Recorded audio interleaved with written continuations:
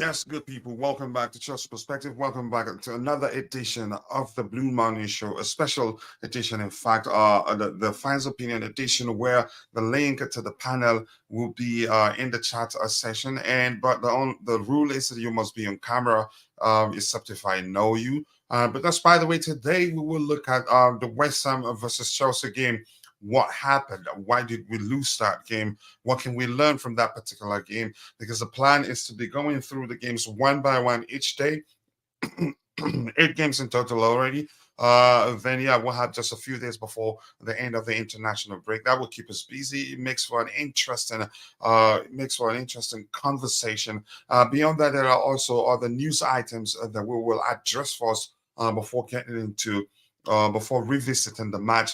Looking at speaking about observations on the day, and then looking at the numbers also and see what we can learn from that, because numbers will tell us, okay, well, more about what happened. But that's by the way, I hope you're all doing well. Again, once more, welcome back. Sit back, relax, and let's get into the show.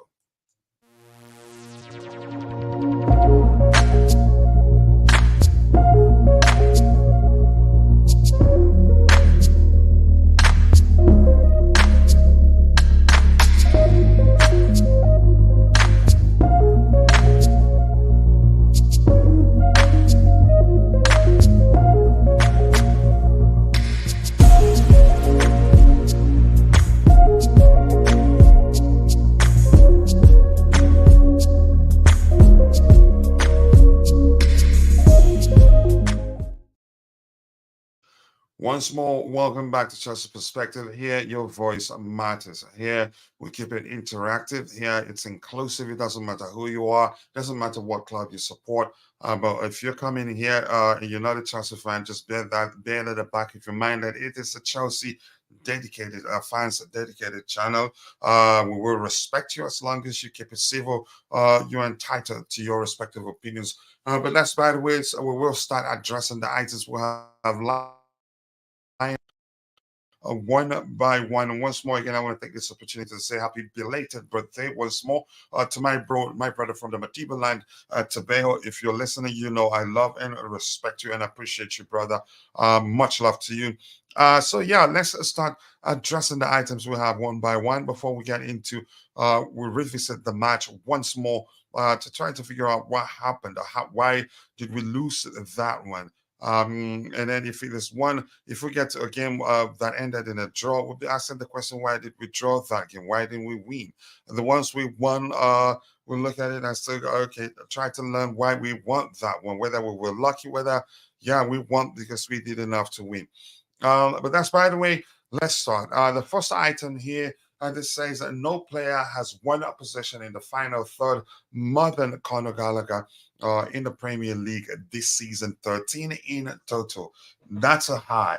That's a high. And you could say that's the reason why the manager has been starting him, even though some of us don't like that. Some of us would rather see the manager start other players or players we think are better than Conor Gallagher. But here's the thing: as much as I'm going to say this, as I say it every day, and we're just talking about this because yeah, it's mentioned, and it deserves credit for that.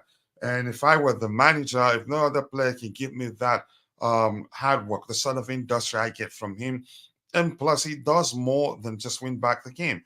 Do I think we have players in our ranks that would do more in that position than him? But maybe those players will not be able to offer us that industry we see from him, that hard work we see from him, and that ball winning ability, because that does go a long way. If I were the manager, I still start him. As much as I don't think he's not one of my best favorite players at Chelsea Football Club.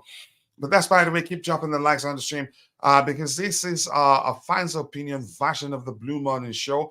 I'm going to share the link to the panel in the chat. But know this, the rule is you must be on camera before you're allowed to come on and give us your 2 cents. Give me a second here. I'm going to say join the panel. Join the panel link. There you go. Like this. And I'm going to pin it at the very top. So if you feel like you want to come join us and speak your mind, um, yeah, feel free to do so. We welcome every opinion. We just debate. If I feel like you're wrong, then I'll let you know why I think you're wrong. You're only correct if you're backing your argument with facts that you can present, and we'll look at it. And that's after we'll look at what you call facts and I agree. Yeah, that they are in fact facts, and then that's when we say, okay, you won. It's all opinion, and that's why we're here. So yeah, for me, that's how I see it. I'll keep going. Maybe highlighting the items we have one by one. Then, if anybody joins me on the panel and they want to add to what I've already said, they're welcome to do so, so that I don't bore you to death with my sole opinion or my, you can say, yeah, lone opinion, for lack of a better term to say that. But we move on. Let's go to the next item we have lined up here. I'm not sure. I don't know off the top of my head. I don't know what the item is in particular. But let's see.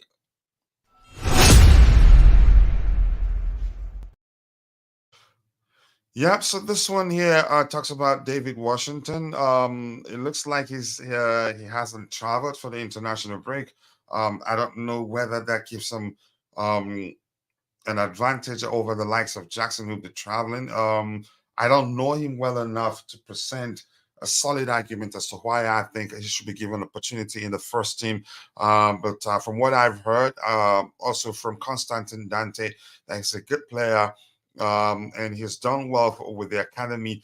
I am a big fan of rewarding players for performance. But here's the difference now. He's done well, but he's done well with the academy and not the first team and the level at which they play. Yeah, in the academy competitions, you cannot say compare it. You cannot say it's the same with that of the first team. But if he did well, sometimes if you do well enough in the academy games, the managers do can you say could consider giving you a chance in the first team. But if he's been training with the first team, I think he deserves to be given a chance. And if we're going by the manager's argument, and as long as the player is good, yeah, age doesn't matter.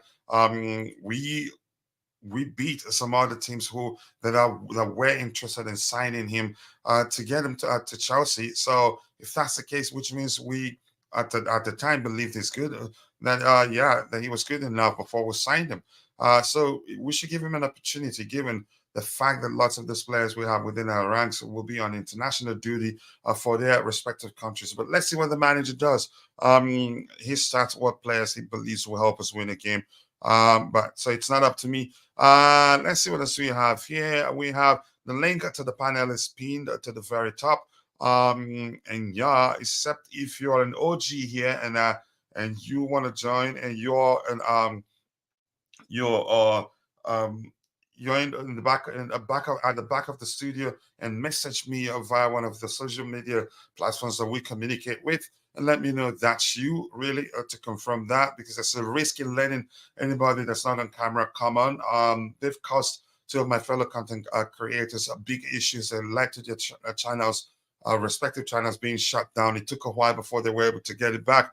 But that's by the way, David Washington. Yeah, I hope to see him play if it's good. That is, if it's good enough. Oladipo Mesole, my bro, much love to you, and thank you for your patience once more. Good morning, coach, and everyone. Good morning to you too, brother.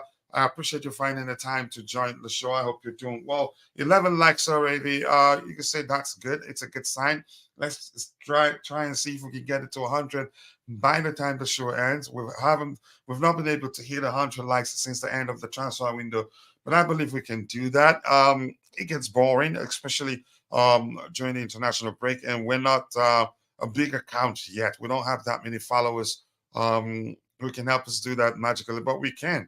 Because we still have a lot of people tuning in, some leave after a while, but they can still drop a like. And we have 12 likes already, and that's a good sign. Good morning to you too. And this is from DSA, 76% ball possession and only 4 shots on target.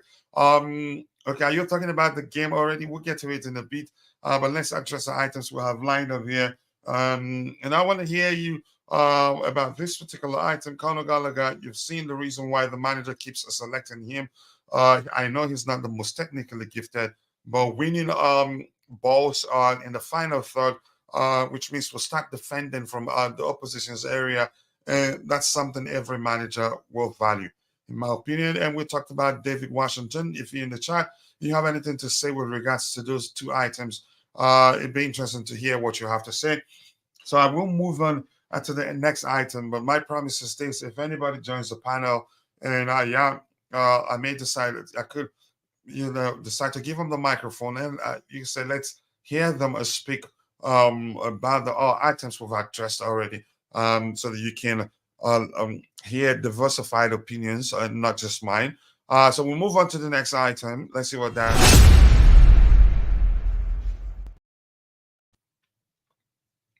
All right. This one here talks about quoting Fabrizio Romano, saying Mauricio Pochettino is now going to have an impact on on the internal decisions at Chelsea. It already started this summer with him saying no to Dusan Vlahovic. Glad he mentioned that aspect, because without this people were saying, you'd hear a lot of people say, yeah, I said it. I said it. I said it. He had no hands he had no hands in the players who signed. It was just the board. So you said peeking in, going after and signing players. But I'm glad that second part of the first paragraph there saying it already started this summer with him saying no to Dusan Vlahovic, and that's the only one we know. Here's the thing, and we were told at the time that he also said no, that we shouldn't pay more for what's his name, the Manuel Urate, who later joined PSG. I've always known that there's no way the club will go. You say get the player to put pen to paper and sign a check for the selling club if the manager then okay Chelsea's you say signing of that particular player. It just doesn't make sense. The only thing I've always argued is that I'm quite sure that he's properly briefed on the direction the club wants to go. I'm quite sure he was properly briefed that the club wants to sign young players because it's a long-term project. They want to dominate in the future, so they want to build a team that starts playing that will start playing together. You can say they're comprised of players that will start playing together at a very young age and then grow to be, you can say, a winning machine or a well-oiled machine. Let me just leave it at that. So if that makes sense. And the second paragraph here says he will now have some power to sign players in January and next summer with the board. So this is contradicting. The second paragraph, in my opinion, contradicts the first paragraph because the first paragraph tells us that has already started this past summer. So why is this saying he will now, says he will now, as if it's starting now. He will now have some power to sign players in January and next summer with the board. To me, this paragraph doesn't, I'm not too sure. It just contradicts what they're saying in the first paragraph, especially in the second part of the first paragraph. But yeah, this is not an English class, but that's how I read it. I don't just read reports and just run with it that way. I analyze reports and then try to make come to a sensible conclusion. To me, this one is contradicting. It has two paragraphs. The second paragraph contradicts what the first paragraph says, in my opinion. But that's just me. We move on to the next one. E. Santiago, thank you for joining once more again. I appreciate you finding the time to join. And I'm going to say quickly before I read this particular contribution in the chat, for those of you that are watching, but for the one reason or the other, you're not able to participate in the chat, just know that we value you because you watching alone does provide great value to the community. But we want to ask you for one more favor. Please do take a second to drop a like on the stream and also do subscribe to the channel if you haven't. And once more again, the link to the panel is pinned at the very top in the chat session because this is Fine's opinion version of the Blue Mountain Show. So if you want to come up here and feel like that a host or any panelist is waffling, which is very common with those in the chat, you can come tell us why and not just type about it in the chat. And because this is Fine's opinion version of the Blue Mountain Show, I will not be reading that much. But that's by the way, this says as long as Chelsea win the games that they are supposed to win, Chelsea can listen to Poch. Yeah, maybe that's another way to put it. But that's by the way, I'm going to bring on Jerry C, who's on the panel, see if he has anything to say with regards to this report here that says no player has won a possession in the final third more than Conor Gallagher in the Premier League. And when I read that, at first I said, yeah, that may well be the reason why he's been starting, even though some people think don't know what he brings to the table. More importantly, I know there's more to his game, and I know that he can only get better. And by the way, you can say he's arguably Chelsea's most improved player since the start of the season, and so much improvement that yeah, I'm starting to like him even more. But I know he can offer more to us if we keep playing the same structure, the 4-3-3 structure, where he gets to play on the flanks. He'd offer more to bring more to the table. But that's, by the way, my argument is that yeah, his ball winning attribute, or you can say um, yeah, contribution to the team is the reason why the manager keeps starting him. Jerry, let's hear you briefly. If you have anything to add, what do you make of this stats? Yeah, numbers, they don't lie. And to me, Yes. yeah, go ahead. Let's hear you. Good morning, coach. Good Good morning, morning to you. I everyone. hope Good you're doing evening. well. I hope you're doing well. Are you? Yeah, I Is the can't throat complain. okay? Thank you for I asking. can. Your throat looks like it's a little bit hurting, or the voice. I hope you're doing well. I'm using a traditional remedy. I think I'll be fine. Yeah, I have I have a 4-year-old kid who still goes to the daycare, so comes home with something every now and then. But I think I'll be all right. You go ahead. Okay, kindly take rest when you can. So yeah, for Mhm, the Conor Gallagher, definitely we have all seen how improved he is from the last season, mhm, and yeah, especially in the last three games, he has further improved a lot. And of course, like again, like because we started with the stat talk, so I have mhm, to, of course, talk in that regard. Because if you don't look at it, right, I'm sure I'm not aware of it. You were not aware of it, and most people were not aware of it. Even though we see the games and we see there is an improvement, but at the end of the day, you can say we can verify, right? It could be verified, right? Because this is exactly what happened, right? This is exactly mhm, what happened on the pitch, and. I don't think so that this is the primary reason why Pochettino is playing him. Pochettino, of course, was in favor of him, and he likes player who can. He's Gallagher is a kind of a player. He's very different. When we talk about Gallagher, first of all, last season it was very bad. So many players, including Gallagher, including Mount, as much as we dislike him, I won't use the word hate because I don't like to use the word hate very often, unless it's Tottenham or Manchester United. So even Mount, Gallagher, and other players, right? Most of the players, the performance was not justified because as a whole, right? As a whole, we played very bad. We played poorly. So coming into the season, of course, people have had the concern, and people usually develop a narrative and an opinion. So it took some time because his performance in the very initial games was not really, it was good, but it was not as good as it is now. So he is a player who is constantly improving, and he is a very important player again, because Pochettino, he loves player like these, like Ericsson, like And you can say a lot of us knew that before, yeah. even before he started work proper. A lot of us knew that's the case. But go ahead. Yeah, I forgot that Argentine player in PSG. Sorry, I forgot his name. What was who played in the midfield? So Pochettino usually prefers a guy who can really link up with the defense and offense and runs, right. This is not like a, because people have this understanding from last season that he's just running on all over the pitch. Yes, if we analyze the last season, it was more of a wasted runs. Mostly it was wasteful, but he is putting in the hard yard. So what I'm trying to say, in the a team of 11 players, we need a player like this, and he is very, very, very handy, right?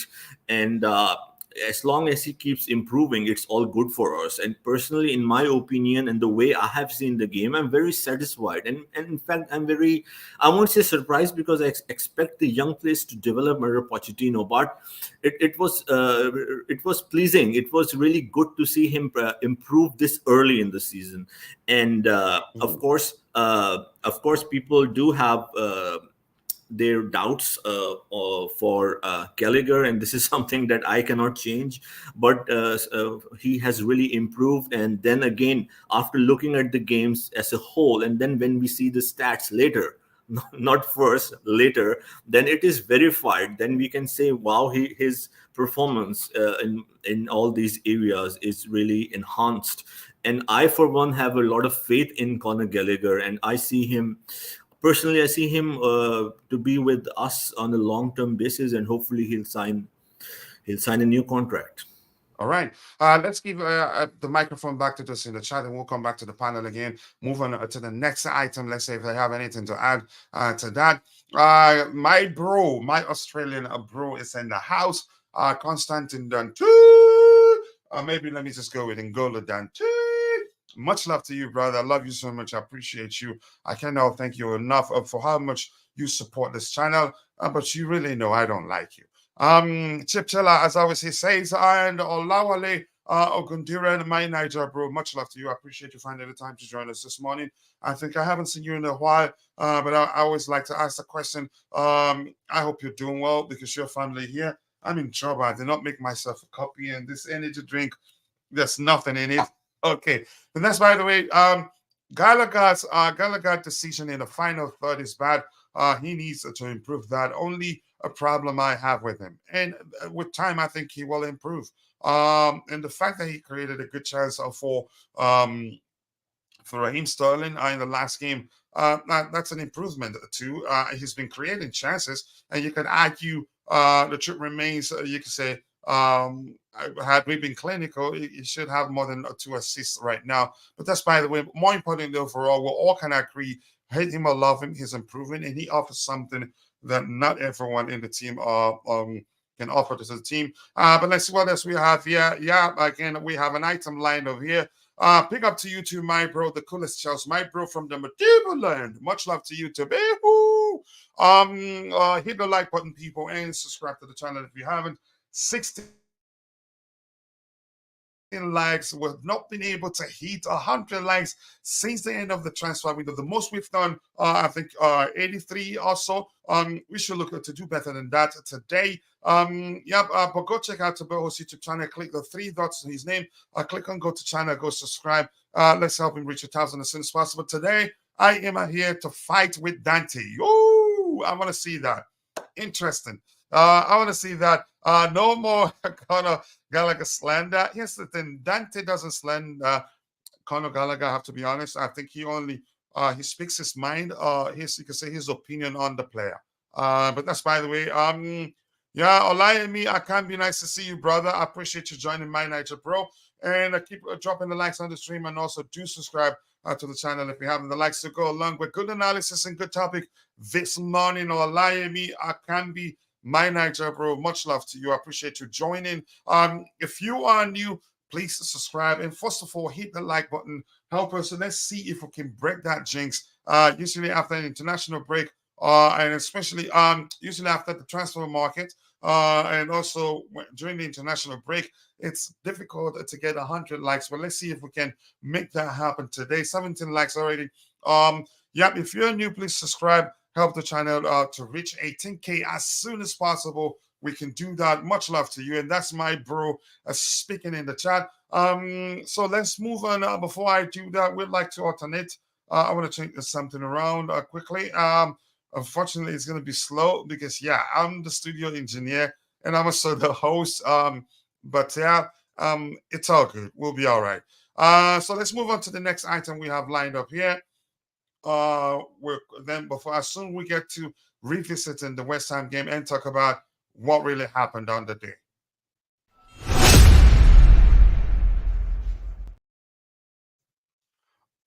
All right, we've talked about this also.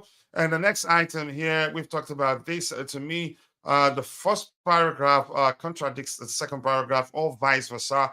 This one here is saying that Mauricio Pochettino already he started being involved in the transfers. And this one is saying he will now have power to sign players in January. It just doesn't make sense to me. This is oxymoron. Contradicting each other. It's that sort of report that I really don't understand. But here you go. That's why we're here to analyze such reports and say, okay, it doesn't make sense, or whether it makes sense or not. So let's see. Players that come right now during the international break. They include Raheem Sterling. I'm happy he's staying. A call-up for the England assignment would have been, you could say, probably maybe a drawback for us because he's been doing well. He's not been as consistent as I would want him to be, but you can say arguably our best player this season so far. Thiago Silva, a carbon, Connie Chukwemeka, Robert Sanchez, a carbon, Kukurea, a carbon, Washington, Deivid Washington, a carbon, Reece James, a carbon. To me, here's where how I see this. If you're there, Jerry, see, certainly, if you ask me, Reece James starts against Arsenal. He served his one match ban. For me, that actually, I don't think they were too serious about banning him because I'm quite sure they knew he was injured and probably would never have played against Burnley anyway. Washington, not too sure he starts, but none of the strikers are available. All the strikers traveled for international assignments or to represent their respective countries. Does that mean Washington gets a chance to play? I'm not too sure. Korea most certainly starts the next game. Because those travelers, I think they will be jet lagged. If you ask me, I don't know. I'm not too sure how far they're traveling, but how well he's done, and the fact that he will be with the manager throughout the 2 weeks in the absence of you can say in the absence Cucurella of might start as a left back Levi Colwell. if Levi Reece James. Colwell, yeah, Levi Colwell. To me, that's a sign that against Arsenal, we may well see Reece James playing the right back, while Kukurea goes to left back. I think we could see that happen, but I'm not sure whether England's next game will involve players traveling outside the country, whether they're playing at home. But let's see what happens. Robert Sanchez keeps his play. Connie Chukwemeka may well get a chance to play this game, and that's because he's been on the bench on 2 occasions right now, or even if it was once. If he trains 2 weeks, I think Pochettino likes him, and he brings something different. Maybe he gets we play a structure where we have a 10 and he plays in that role, or probably in the midfield three. Actually, he's done well. And Conor Gallagher traveling, which means there's a chance he starts. Let's see. Let's hear you. Let's hear you. What do you make of this, guys? Badiashile and Chalobah will join the first team training at some point. So, which means that Badiashile may well start. And he has a person, you can say he doesn't differ that much from Levi Colwell. There's a chance we see him play in the left back position too. I don't know until after that game, and it doesn't happen. Then we can say Pochettino will never play him in the left back position. But let's hear you. What are you learning? What can you can say predict will happen in that game, given the players that will be with the manager for the duration of the international break? Let's hear you. Yes, sir. For that game, of course, over the next few days, I will do my research more. I'll do more research and analyze. I've already had a 1.5 hour talk with a very close friend, Arsenal friend, to see his view and his tactical. He's very good at it. So I wanted to understand how Arsenal are playing, because I want to keep an eye on Arsenal while analyzing. So anyhow, for now, with the players who are here. So first of all, the game is still like a few days, a week and a half away. So the good thing is all these players are available. So that's a positive thing, and they are not traveling, right? And most of them are just coming back from the injury and still not fully fit. So I agree with you. I see Reece James starting because Pochettino has already confirmed that he's fit enough. And of course, he had this ban so against Burnley. So of course, it was not sure that he'll start against Burnley or not, given if he was not banned, right? So because now he had another 2 weeks, so I really see him starting or on the bench if he's if Pochettino think otherwise. But if he is good to go, then I see him starting, and Cucurella will probably start as a left back. But then again, like, it's just my when we have football games, and especially the games of the intensity of Chelsea Arsenal, there are a few different permutation. It's just, I'm not saying this will happen, it's just a feeling again, right? Let me be clear that it's a possibility in my head Not at all I'm suggesting it will happen. Let's say a 40-50% possibility that we might start with a back three in this game again. If Mhm. Pochettino think we still, the same tactic he used against Liverpool, he think it's better to do so. So if that would be the case, then the whole formation again would change and many other plays could be accommodated, right? Mhm. So one more thing I would like to, in fact, ask you. Last night when I was reading, Nicholas Jackson, I believe, had a minor surgery on his hand, right? So he is not staying at home, or he traveled to Senegal. It's traveled. If it's a couple, you'd see him on the list there. Right. This is quoting Chelsea FC, which means he took his time to go look at who's available and who's traveled for international assignments. All But right. you go ahead. Because I was reading somewhere that he had a minor surgery, so he might not travel. So, but that was last night. So, okay. So, and when you were talking about Washington, so no, I don't see him starting, especially starting a game against Arsenal, because even though Nicholas Jackson is traveling, as you said, so if he's fit enough, definitely he will start that game, Mhm. or yeah, because it won't make any sense to me at least to put Washington in the frame. It will be like a very bold move, right, in a game against Arsenal. But again, it's good that he's here. He will train more with the team with Pochettino, and let's see when Pochettino would decide to play him. As far as Carney Chukwuemeka is concerned, Pochettino has high faith in him. Always had very good things about him. And interestingly, after in this show when we'll analyze West Ham versus Chelsea, it was his goal, and then he got injured. And after that, we had so many problems. In our season, so of course, I also think he has a great potential. He can play as a 10 if especially if Pochettino use a He four can two play three as an one. 8-2. Yes, yes. So there are many good, there are good options for us. Sterling is here. It's good because he had a great game, and it's good for us that he's not selected. Not good for England, I would say, because in my opinion, he deserves to at least be selected for the English game. So all in all, it's good that there are a number of players, especially many players who are about to come back from the injury. So this 2 weeks, it will help them to get recover and to integrate with the team. All right, let's give back the microphone back to those in the chat. And the coolest Chelsea is saying, I have a question for the panelists in the chat. What does Enzo Fernandez and Conor Gallagher offer for us at the moment? Do you think we need goals from them too? Yeah, as a team, you need goals from every department, or you can say every position on the pitch, not just the attackers.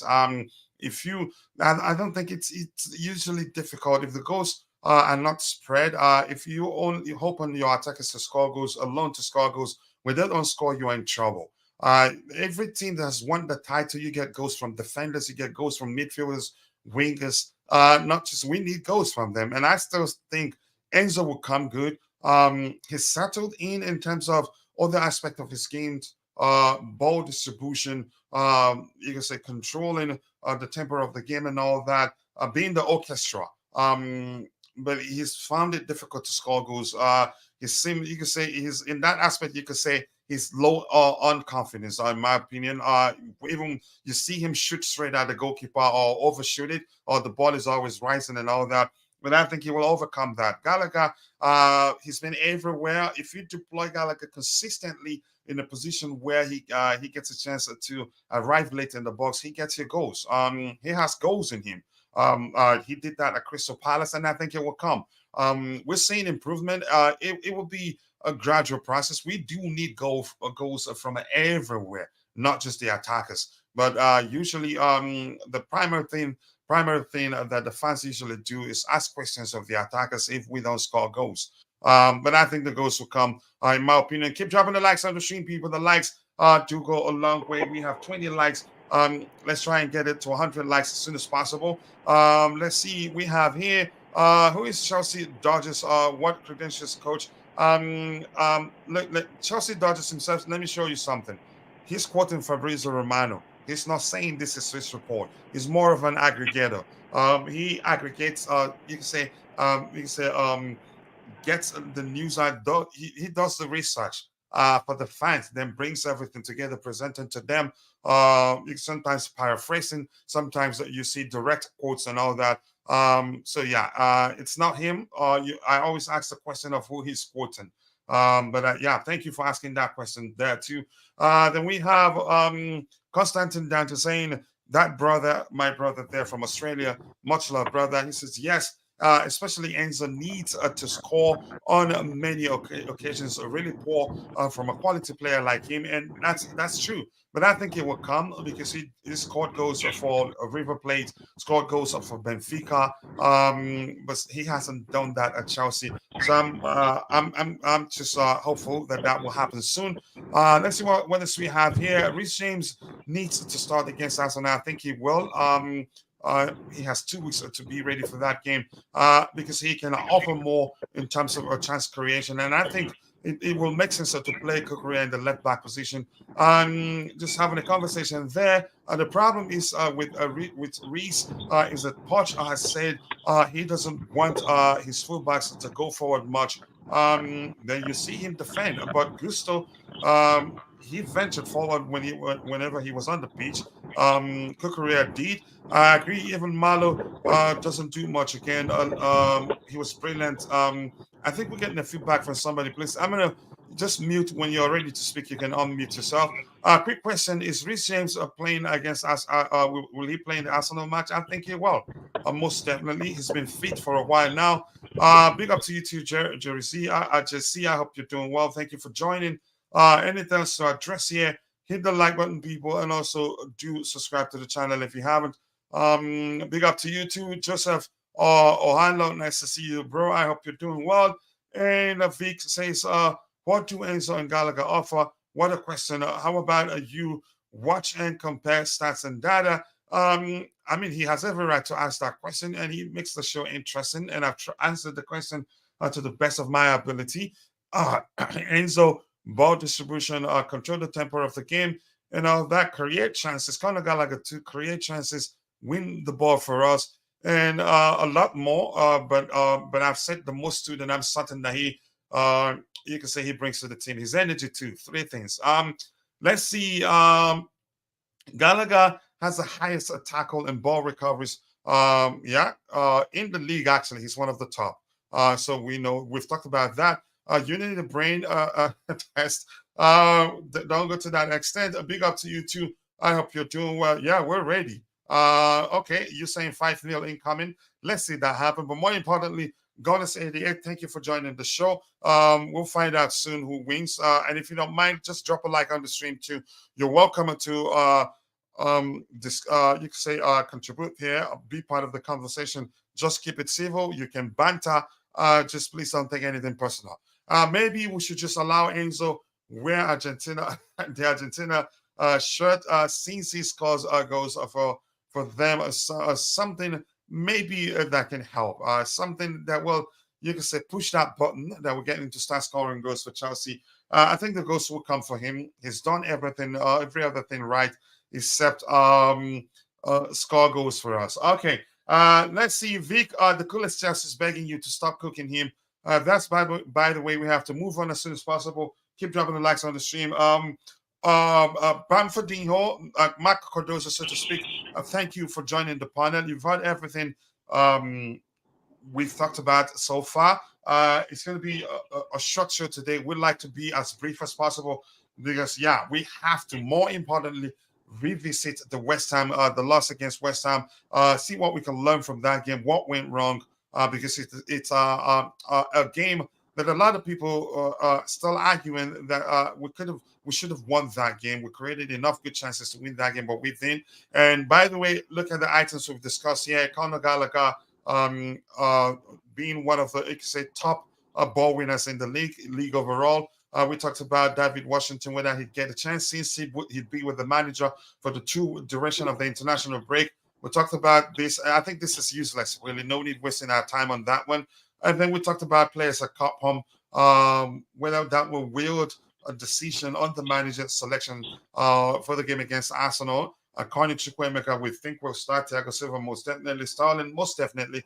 Kukurea, we believe could start. Reece James definitely. But let's hear you so that we can move on to the next item and get to the to that game, revisit the West Ham game as soon as possible. Yes, I will talk about Conor Gallagher. And Hmm. last season, I will believe that I and some of my Chelsea friends were arguing about Conor Gallagher, and most of them were so pissed that he always played and they need to sell him for non-performance. But Hmm. somebody who has watched a lot of Crystal Palace game when he was there for the loan deal, I still believe that the guy was being targeted for nothing. Because if you Hmm. look at Conor Gallagher, he's a wonderful player. Just that he was unfortunate to be managed by Thomas Tuchel and Graham Potter. But even when Potter was giving Gallagher the opportunity to play, at that time, everybody at Chelsea, even our best players, were not doing well. So somebody cannot just wake up and say, hey, Gallagher is not doing well, he's not a good player. And that thing was carried on to this season. And if you can just realize at the beginning of this season, everybody thought they need to sell Gallagher. People were pissed when he was still around. People were so angry why Gallagher was still playing. And sometimes some of the fans just make arguments based on what they watch on TV. They don't actually look at the tactical play of the team and the technicalities of the team. So they come up with their own, perception about the player. But I still believe that the best is yet to come out from Conor Gallagher, our captain. He's a wonderful player. People should just give him time. He is the future of Chelsea. The guy is so good. Like last season, even when he wasn't doing well, he was overdoing things, and at the quest of doing that, he was receiving red cards and all sort of things because he was in a haste to cement his position at the team. So I still believe Conor Gallagher is a good player. Everybody should just give him the time, and it's going to come out good. Let's talk about our game against West Ham. If you Yeah, look we at our haven't we game haven't gotten against to West that Ham, yet. say that again, Coachila. We haven't started talking about the game yet. When we get to that, I'll ask you a question. Oh yeah, I'm on the highway, so maybe I can call in later. Okay, all Let right. me Yeah, know. yeah, we haven't gotten to that. If you come Hello. back later, that'll be fine. All right. Let's see. I was on Bobby. Bobby. Smoky sickness. Now, always nice to see you, brother. I hope you're doing well. I appreciate you joining. Big up, guys on the panel. Big ups to you too, brother. Always nice to see you. Because it shows you're recovering. And I hope the treatment program is going well for you. You know how much we love and appreciate you here. Much love to you, and hit the like button from my brother from the Medieval land. The 25 likes, you can do better than that. I appreciate you saying that, brother. Let's see. Big up Bobby, and yep, everybody saying big up to Bobby. All. Hope you're well. Keep well. Much love from everybody. Gallagher has played 677 minutes, win 13 1v1s, created six chances. Not enough. But still, you can say he's one of the best from what we have. If that makes you happy, or maybe you just say the bar is low. But even at that, you have to give him credit for how well he's done. Yeah, tell me anybody that has done more than him. Then I'll say, okay, yeah, maybe not enough. But right now, he's been one of our best players so far this season. Trust me, Chilwell will get sold. So we keep um Badishil and Kowa. Possibly that could happen. But Lenfield, nice to see you. Yeah. I am not a huge fan of Gallagher, but you needed to give it up to him. I think I agree with you. You saddled Enzo and Gallagher with goals, but excluded Casado and Mudrik from the conversation, and Kunku and Carney. Yeah, we'll score soon. I think we'll be all right in the attacking department. But we want the goals to be coming from every department on the pitch, not just the attackers. No, Gallagher stays at the club.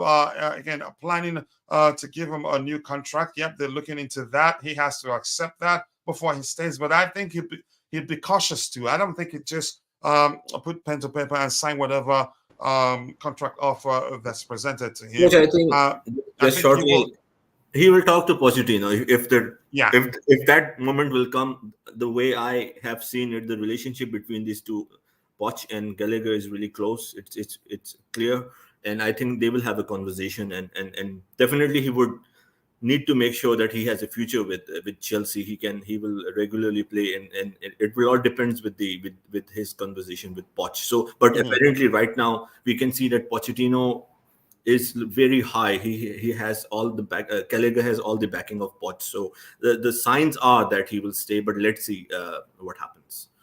All right. Thank you so much. I appreciate that. Let's see what happens. That's how I like to say it too. Are you sure you didn't start saying that because you heard me say it a lot? Vic, he agrees with you, and my bro, I'm Bumfordino is still in the in my chat. internship. Okay. He says I will call back when we get when you get to the office. Okay, I appreciate you. Vic, you staying there. Hope all will be good. Let's see what else we have here. Who's praying? Are you attacking? I'm getting cooked. Yep, he's frying at the coolest chance. That Moses Casado will cook a rice. I hope that happens. If we play with 2 6s on the day, that will be fine. Even 3 midfielders. That's again, it depends on the application. I want a situation where we gang up on the Arsenal midfield and render them useless on the day. But let's see what happens. I keep dropping the likes on the stream, people. We're still at 25. I think we should be doing better than 25 likes. I know it's a slow day, but I want us to get to the main conversation as soon as possible, which is revisiting the win. You said the loss against West Ham United. Yeah, win in my dream maybe. Let's move on to the next item. Give me 1 second here. Let's move on to the next item. Yeah, wait a second. I'm looking for this guy here. Give me a second. Sorry, I do a lot by myself, so never easy. Let's go. Yep. This is the final item. I think there should have been one more. I think this one is fine. This is Malo Custo here on the long-term Chelsea project. He says, before signing for a big club like that, you think and find out about the situation. I wasn't necessarily surprised. The club manager told me that it was a long-term project that could take time to get started. Yep. I think that's one thing I like about the whole thing. And if even without knowing, I've always argued that I'm quite sure Pochettino himself, the manager, that he was properly briefed on the direction the club wants to go, or Chelsea are going, or properly briefed on the age limit to the players they want to sign. They did the same with the players. So Gusto here is saying I wasn't necessarily surprised. The club's manager told me that it was a long-term project that could take time to get started, time to gel, time to start playing as a unit. Interpret that however you want. It says little by little with the team, we are trying to create a real group that will move forward together to put Chelsea back where they need to be and win. And it's good to know that the players were properly briefed on the project. No surprises there. Before they signed the long contract, they were told, "Hey, look, this is the direction we're going right now." It's not like they just you can say And convince coach, them and then get them to put pen to paper on a long contract, and then only to find out, yeah, it's a long-term project, and then regret signing for Chelsea. So the fact that the signings, the players were also briefed on the project and told, look, it's a long-term project. When we know it would take time, and if you're interested in being part of it, the future is bright. We will dominate in the future. If you want to be part of it, come join us. And they joined, and I like it. No surprises there, because let's be honest. If you were convinced, or you can say talked into signing a long-term contract, 7 8 year contract, and then you learn that the club it's a long-term project, that the club isn't necessarily looking to dominate now, but they're building something special. Yeah, a special thing that would dominate for a long while, and you agree to it. Then, if we lose games here and there, you're not going to be worried because you knew it would. You know it would take time, and you knew you were properly briefed on the project before you joined the club. Bobby, let's start you off on this one. I like it. It says a lot about the intelligence of those running the club. They don't want every risk of any player at any time saying, "What did I get myself into?" This shows that, yeah, they were briefed. They know it's a long-term project. But let's hear you, Bobby. And more importantly, I'm going to say this again, big up to you. Just know that I will always continue to pray for you. And you told us yesterday you had lapses a bit, but the good thing is that you're here, and that's a sign that it's going well still. Oh, you're recovering well. But let's hear you about it. Thanks, Coach. Yeah, treatment is on track. As you can tell, I'm getting some energy back. Mm. Um, yeah, Coach, look, I've kind of joined you sort of midstream, so if I'm missing some points, it's because I didn't hear them. But if I can pick up from the headings of the topic, which is the 3-1 against West Ham, Yeah, that's what and, we're going to next immediately after this conversation. and the fact that, yes, I have no doubt in my mind that each and every single player that signed their long-term projects did it in the full knowledge and aim of the project. They knew what it was. Look at Enzo, the way Enzo carries himself, the way he plays, you can see he understands that this is a long-term vision of which he's And part quickly, I of the think it build. was you. It was you that told us in the case of Enzo, and the reports was out there. Actually, he hasn't even completed the season, and we triggered the extension on his contract, right? Which he agreed to. Which he So, agreed to. Yeah. So he's so happy with the project. Go ahead. yeah, ultimately he's here for 9 years. As with Caicedo is eyes wide open. He knows this is a long-term project for which he is a part of. So I have no doubt that all these players have bought into what's going on, including Gallagher. I know there's still some mischievous Chelsea fans ranting and puffing about, oh, when Romeo Lavia gets back, what do you think is going to happen to Gallagher? They so hate this guy. They so hate this guy and want to see him miserable out of a club that he loves and that he's doing well for and that he has improved remarkably in. I think the battle against him has to stop, and the encouragement for him has to begin because he should be encouraged. He's doing well for the club. So each and every single one of these young players understands what's going on. Even Noni Madueke, which you can see he rightfully went through a bit of a disciplinary because of his Mhm. behavior at the time when the club was injured. I mean, we've had a lot of at the time when he was injured, going partying, I mean, we've had a lot of very inhibiting and serious injury. We haven't seen our team yet. There's a lot of strangers being put together with strangers in management, all getting used to each other, and it's not helped by the fact that the key players are all out injured. So for him misbehaving like that, Pochettino is quite right to have kept him out of the team a little bit as a punishment, and I'm all for that. So all these people now trying to peddle this new gossip of, oh, Moni Madueke has to go on loan in January. BS. Absolute BS. We need our full and utter squad together, rebuilding. To me, this is the training season, the season that we prepare ourselves for, please God, a return back into the Champions League, where the full artillery of the squad will be needed because we will be fighting on all fronts, which is what you need the squad for. So Mhm. this is where we integrate the squad, which is what we're doing. And Noni Madueke is very much a part of that. So all the Chelsea detractors and trolls, I just put a middle fingers up to you. We are in a process. So whether you like it or not, this process will happen. It comes with some pain because of the injuries, where we really have limped a lot. Even this game you're about to talk about, we always end up, in the past few years, we've been playing our rivals deficient of the right time. They come with a full artillery of their best players. We have all ours on the treatment bench.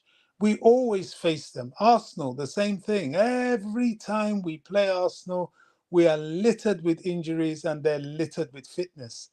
The game against West Ham, look at it. We're littered with injuries. They're littered with fully fit players, first teamers. So we've never had that level playing field. That's why I'm a little bit happy that people like Jackson was pulled out of the Senegal squad so he can recover properly from his hand operation, and even Desassi pulled out of the French squad to recover fully from the quadruplex slight injury. We need those injuries back. We need our players fit, as many as possible, because We don't need the injuries back. We need the injured players back. players fit. Yeah, we need them fit. No, I So know it was just a slip of that's a uh, mistake. Yeah. a misspeak. So, Mm. because believe you me, that's what Arsenal's doing. They always do it. Saka, Trossard, all these people, believe you me, by the time it comes to facing Chelsea, you will see them on the pitch. So we are when you say charity, is it, what's that thing you used to describe Chelsea? Charity FC is well and Mhm. true. Yeah, that's part of our charity. We give them squads that are littered with injuries. They give us their full-fledged best squads. No wonder they give us such a tough time.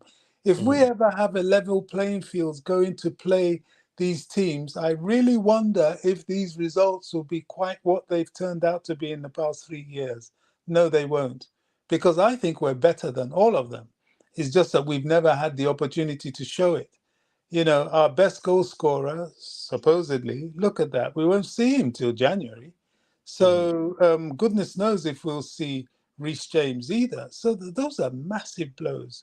So yes, coming back to your first question, do these players know what the project is? Absolutely. 150% they do. Yeah, and that mitigates the risk of of anybody regretting why they got themselves into it.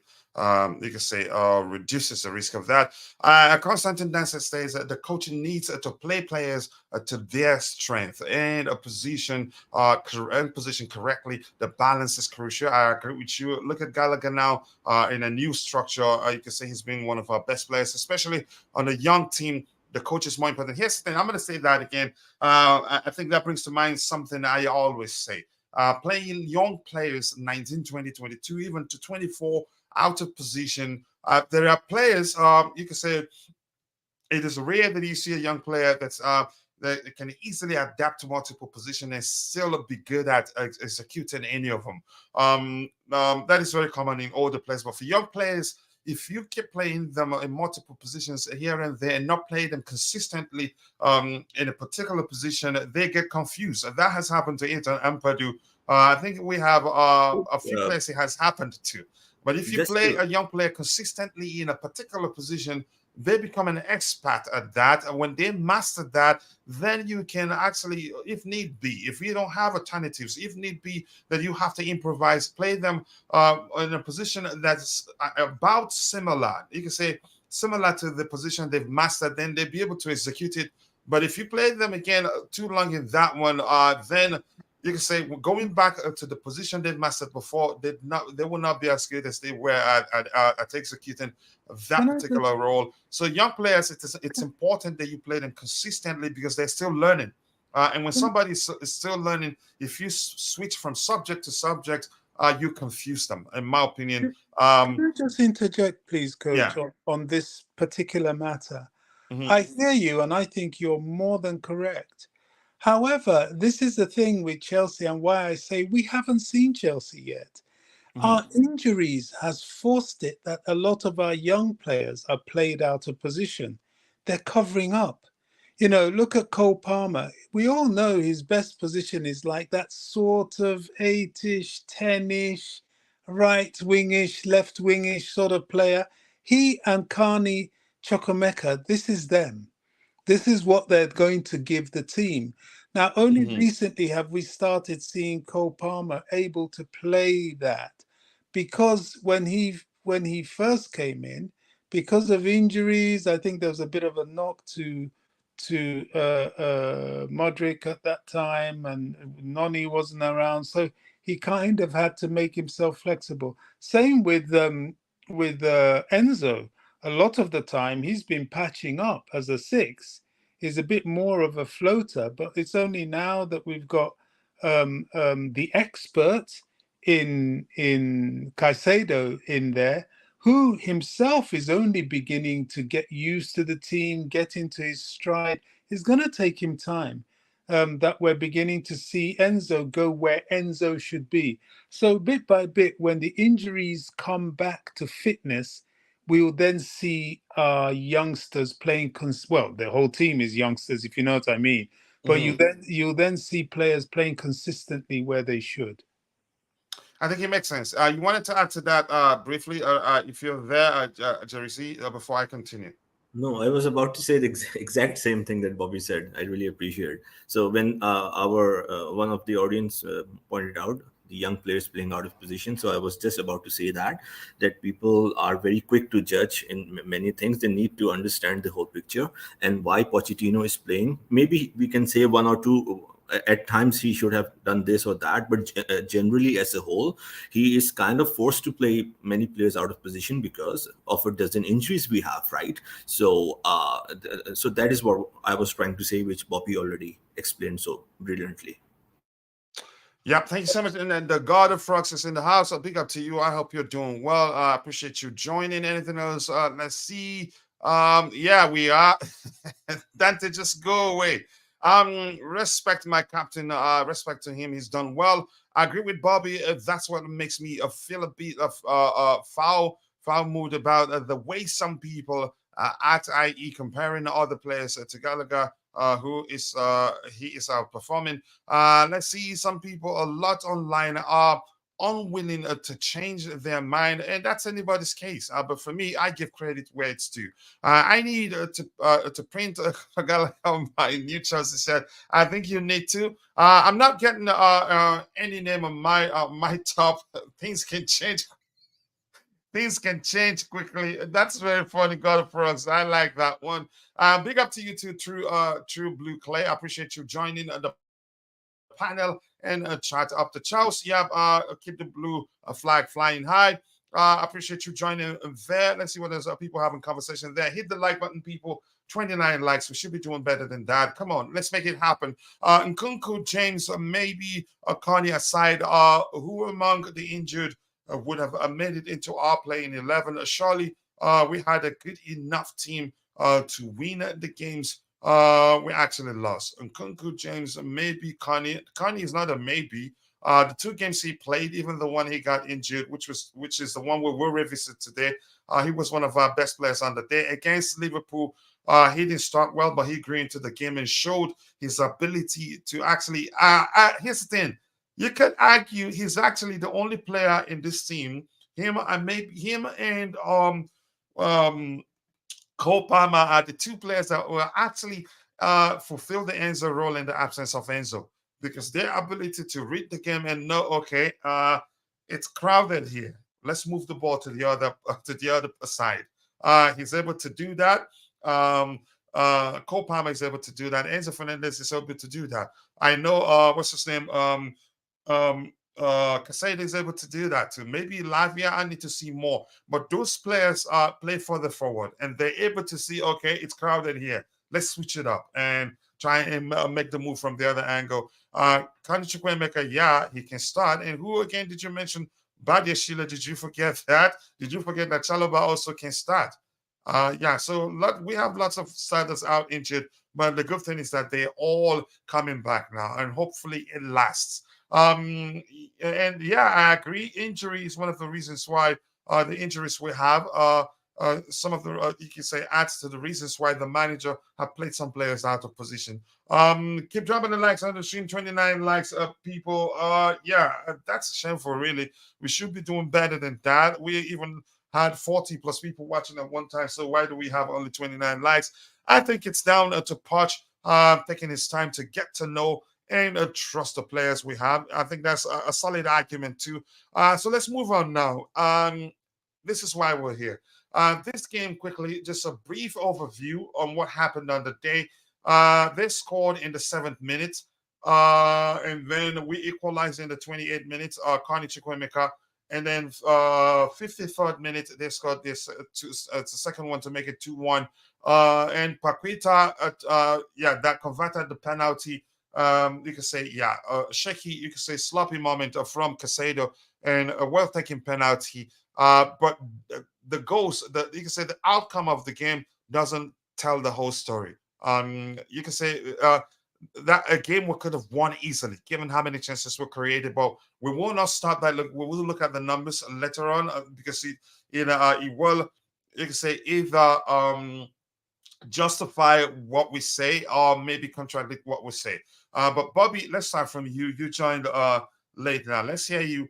That West Ham game, truly, no matter who you ask, I think we had no business losing that game, given how well we played on the day, and had we been clinical in front of goal, I think the outcome could have been different. But let's hear you, Bobby. Your observations from that game. Why do you think we lost that game? Or was it a deserve? Did we deserve to lose that game, or do you think otherwise? Whatever you think, let's hear you. And if you're in the chat, let's hear you. Why did we lose that game against West Ham? What do you think happened? Do you think we should? Yeah, we're supposed to lose the game, or do you think we should have won the game? Let's hear you. Whatever you think. It'd be interesting to see what you have to say in the chat. But Bobby, let's hear you. Yeah, upon all our handicaps in that game, we performed better than West Ham, especially in the first half, and deserved to win the game. But we were not ready for the game, and it showed. They got their goals through means that was all very typical West Ham. And we struggled. Why? Yet again, our key players out injured didn't help us, and the fact that the team was still very fledgling. It had just come out of preseason. Yes, it had a good preseason, but some players in that preseason had moved on, and the team, as it was in the Premier League, was getting to know itself.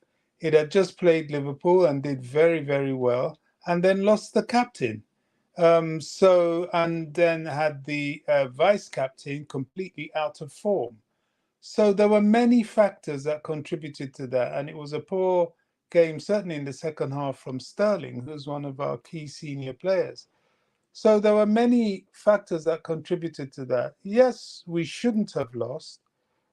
Yes, perhaps we should, because we weren't ready. It's only now that we're slowly starting to try and be ready for the Premier League, and still we're not ready. Because, as I've said, key players are still out injured. The team is still getting to know themselves, and it'll take time. I don't expect this team to be clicking till December. So that's what I think happened in that game. To me, one lesson, one thing I would never forget is we were playing well until Connie Chukwemeka got injured. It looked like the manager had no answer to his absence. We got worse the moment he got injured. During the Liverpool game, I realized how important he'd be for us going into for the rest of the season because of his intelligence, his ability to read the game, knowing when to switch it from one position to the other. And his He was, skills. he scored the only goal for us park. on the day. Yeah, I mean, there were several factors, one of which was him going. As soon as he left, the team tanked, basically, because we had no replacement for him. Now that we have Cole Palmer, I guess we can have some options. And you could see even the manager was getting used to the team as to what his answer would be in order to make up for that deficiency, because he was really controlling the midfield. And that was why West Ham hurt him. And he showed his age, his youth, in that he didn't know how to carry himself to avoid getting injured by the brutal West Ham defenders. But, the less said about that, the better. I'll get angry if I think about it. But another key moment was when Enzo missed the penalty. If Enzo had scored the penalty and we had gone ahead, I think the game would have been very different. But that we never really quite recovered from that. And I don't think he even quite recovered I think he from that. sulked after that miss. Yeah, yeah. And you're quite correct. Had he scored that, converted that penalty, would be 2-1 up, and they would be forced to come out even more than they did. Yeah. On that day. But I was quite unfortunate because we had no business losing that game, in my opinion. I'll come to you in a bit, Jersey, to hear your you can say brief observation from that game. Coach, don't get greedy with the lights. Go away. To me, the West Ham result was on Poch. His substitution were suspect at best, which impacted our system. Okay, now you have to elaborate. You have to elaborate, and if you want to join the panel, the link to the panel is pinned at the very top. This show is called Fans Opinion, as you can see here on the banner, or maybe the thumbnail. It's up to you. I'm not, which means again, I'm just being, you can say, a bit lenient here. I shouldn't be reading your comment. If you want to comment to the panel to come, give us your 2 cents. The key is pinned at the very top. The rule is you have to be on camera. To me, the West Ham result was on Poch. If you're saying on Poch, if you're saying the issues of substitution, elaborate. I want to hear you. But let's see. I was wondering where the trolls were. At least smash a like since you have made an appearance here. Yep, the Arsenal fan there, Gunner88. Yep, you're allowed to be here. We don't block anybody because they're not Chelsea fans, but except if you start saying something personal or using profanity, you can say languages we don't accommodate here. As long as it's banter, you're welcome. You get your match there in the chat. But at least drop a like. Since you've made it here, you're welcome. And but okay, it's yeah, exactly. That's what I want. You were slugging out with them there. And Abdi Parker says, Champions of Europe, you will never sing that. Okay, thank you. That's what I want. Tell him there. That's because odds were too high. Okay, were too high to sign him. Okay, yep, they're responding to him. I think he's hearing what he wants to hear. And the blue to forgive is in the house. Much love to you, brother. He says, big up, coach. Have you heard the VAR recording of the Gusto red card? It was interesting to see how the officials at Stockley Park influenced the ref's decision, which was initially a yellow. I think Bobby, you must have listened to that one. Or Jersey, did you listen to that? I haven't. I want to get your thoughts on that before we move on quickly. Strategically, frozen footage at the point, or maybe we should leave it when we get to that particular game. I think it will make sense to discuss it on the day. But if you've listened to that tape, Bobby, I want to hear you.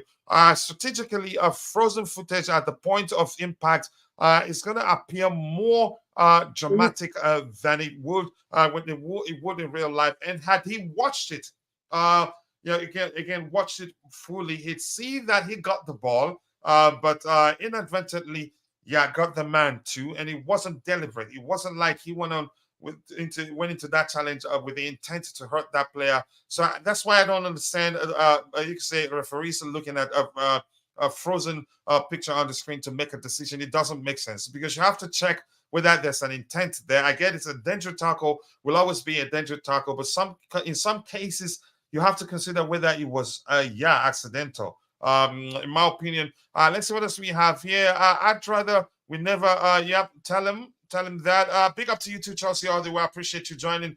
Sorry, coach, I'm at work, but would have loved. Yep, it will be like that for the duration of the international break. And then when we after the international break, then the fans' opinion show will be moved to evenings, and hopefully then we'll get a capable host that can help, or a valuable host that can help. So, Bobby, have you listened to the tape quickly? Let's talk about that if you want us to address it right now.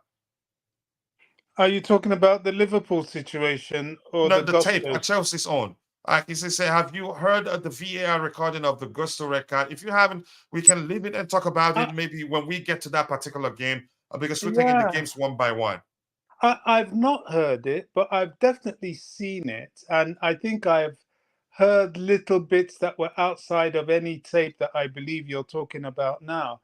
The only thing I'll say about that for now is that this is one of the clear situations of biased officiating against Chelsea. Yes, you're quite right. Perhaps the tackle could be deemed as dangerous. But I've seen, I mean, I think it was against Burnley just recently that a tackle of similarity against Chelsea was just completely overlooked. And also, if it involves Chelsea, the harshness and the lack of, shall I say, leniency in any decision making is staggering. If they can nail us, they will. Just like even the goal that Sterling scored, they replayed it over and over and over again, looking for an inch, a centimeter, a millimeter even, that Mhm. they could use to say it was offside. They look for reasons to inhibit Chelsea. Whereas if it's any other team, we know who these teams are, they will look for reasons to say, well, there was no intent, or they will always come up with something for leniency. That's how I see it at the moment. But no is the answer. I've not seen any specific VAR recording yet about that incident. I'd love to. It'll be interesting to hear what they were saying. Mhm. Did you listen to that? Have you listened to that tape, Jerry Z? No, sir, I have not listened to it. So because I have not listened to it, I'm not in a position to Okay. Here's the evaluate thing. or give my opinion. Yeah, when we get to that game in particular, we're taking it one by one. What game isn't it? The fifth game or so. We'll get to that game, and then on the day we'll talk about it again. But you will make me listen to it and pay attention to it and take my time, come to a sensible conclusion. Strategically, frozen footage at the point of impact. Yep. I think I agree with you. It's dangerous. That's why I don't understand. Because if you watched the whole thing from this time, he started sliding towards towards the ball because he got the ball first. Then I think probably it shouldn't be a red, honestly, in my opinion. I'd rather we never. Yep, tell him there. I think he has run away. Actually, big up to you too. I think I've said hello to you also. Can someone recollect the name of Argentine player who played for Manchester? Player Carlos Tevez. The two of them, it was him and Mascherano. They both were signed by West Ham United. There were two players initially purchased by West Ham. It is Mascherano, who went on to play for, I think, Barcelona. Even before Barcelona, he played for Liverpool. West Ham, but there was some inquiry. One moved to Barcelona, one moved to I think Liverpool before Barcelona. And at Barcelona, he was turned into a defender, really, from a midfielder to a defender by And just Pep accurate, Guardiola. it was I funny. Like think, Manchester yeah. United had the chance to give Carlos Tevez a permanent contract. He had a good season, but then again, in next season, because of the formations, Fergie was using Rooney because he was saying that both Tevez and Rooney are similar players. So that's why Tevez only played half of the season.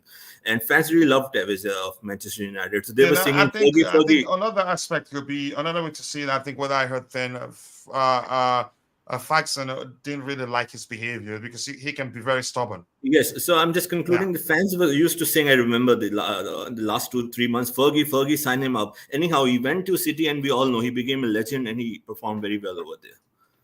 Yeah, so thank you for that. There you go. You have the answer to your question there. You should be able to play it live, coach. Let me see. He says he tagged me. Let me see if we can do that quickly and listen to it. But let's get done with that quickly. Then we'll go back to it in a bit because I don't want us to get done. We don't have too much time. I don't want us to get done without a finishing. You can say completely revisiting the loss to West Ham United.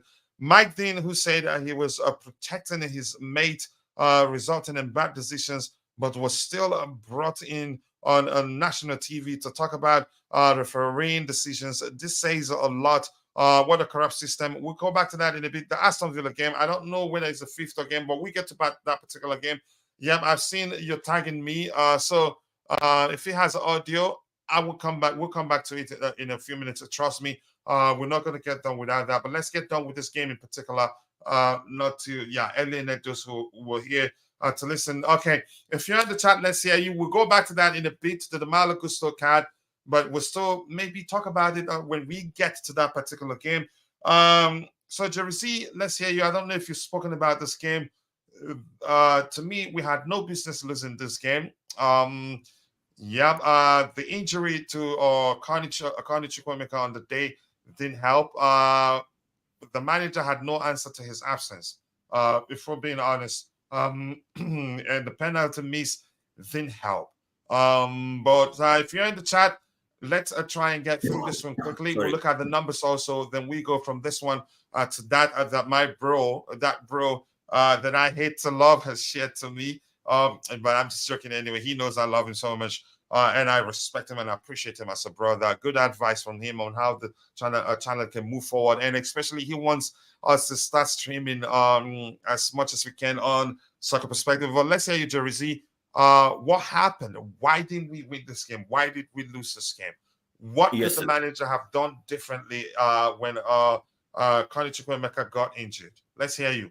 Yes, sir. So let me be quick so I can recap because the game is long and always it takes a lot of time to give justice to the game. Talking about the analysis. So in short, of course, it led to there was a series of factors that led to this result.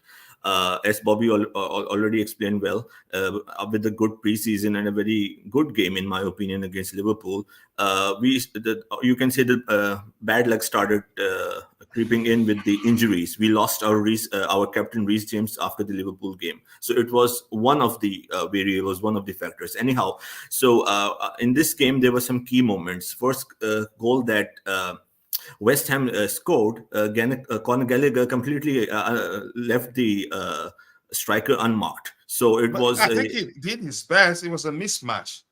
yes. I think So I think we did talk about that after during the post game in detail. yes, sir. It was Yes, a sir. So mismatch. it could And I have think, easily but been that's why cleared. we did talk about how usually during set piece, corner kick, or maybe free kick, you see players choosing saying, okay, you mark him.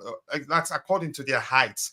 I think it was a mismatch, and there's nothing he could do about it. I think he tried his best. But let's hear you. Yes, sir. So in all, basically the striker, the who had the ball, he was left alone. He had the easier option. So the first goal was considered because of our lack of ability that is there for for a number of years now in set pieces, right? And then it's the same pattern like we considered with the Liverpool game, and then we quickly came back in the game. We dictated the possession, the intensity, and we quickly came back into the game, right? And so moving forward, eventually Carney Chukwemeka in the 28th minute, I believe, he scored the goal, right? And that was a great point. And after the goal, we really started picking up great momentum, right? And unfortunately, he got injured. So as I was saying, there are a number of series of factors that led to this result, right? So Carney Chukwemeka got injured right before the halftime. So it was a weird thing because no one noticed what happened to him. And again, before halftime, we got the penalty, and we all know what happened. Enzo Fernandez missed the penalty. It was taken. The penalty was very poorly taken, in my opinion. And it could have. I won't go to this extent that we would have won the game. But of course, going into halftime with a 2-1 lead would have made the world of difference. So coming to the second half, where things really started to get bad, to get worse, and from worse to further down the road, it derailed us into this result. And let me just take a moment to talk about this goal that Antonio scored in the 53rd minute. And in my observation, in my analysis, I'm not talking about the games that happened after that, but this pattern has been shown in most of the goals that we considered, like in Nottingham Forest, Aston Villa, and even against Burnley. So Colwes was outmuscled, right, in the counter attack. Silva allowed Antonio to slip past, and Disasi failed to close the gap. So this whole string, a series of the moves, is a pattern that how we are conceding. So the sequence ultimately led to West Ham scored their second goal, and Robert Sanchez, of course, should have done a lot better. And so, why I was discussing this pattern is it's the same pattern, not exactly the same pattern, but you can understand how I explained how in the quick counter we lose the ball, and then the players are out of position. They fail to close the gaps, and the opponent quickly are in the position to score against us. And this has become an issue, I would say. This is the same thing that happened again and again. So once West Ham were 2-1 up, the heads, in my opinion, dropped. We were really not into the game. There was no pattern. We were playing more sideways. And interestingly, one more thing that maybe we forgot, because we have played already 8 games. So in 67th minute, the West Ham player, I forgot the name, sorry, he got a red card, right? And around 67, 68 minutes. So we still had 22 minutes plus stoppage time to come back into the game. But even with 10 men, in fact, with 10 men, it became even more difficult for us to penetrate and be effective and make something, because West Ham applied 2 banks of 4, and they really like parked the bus and made it very difficult for us.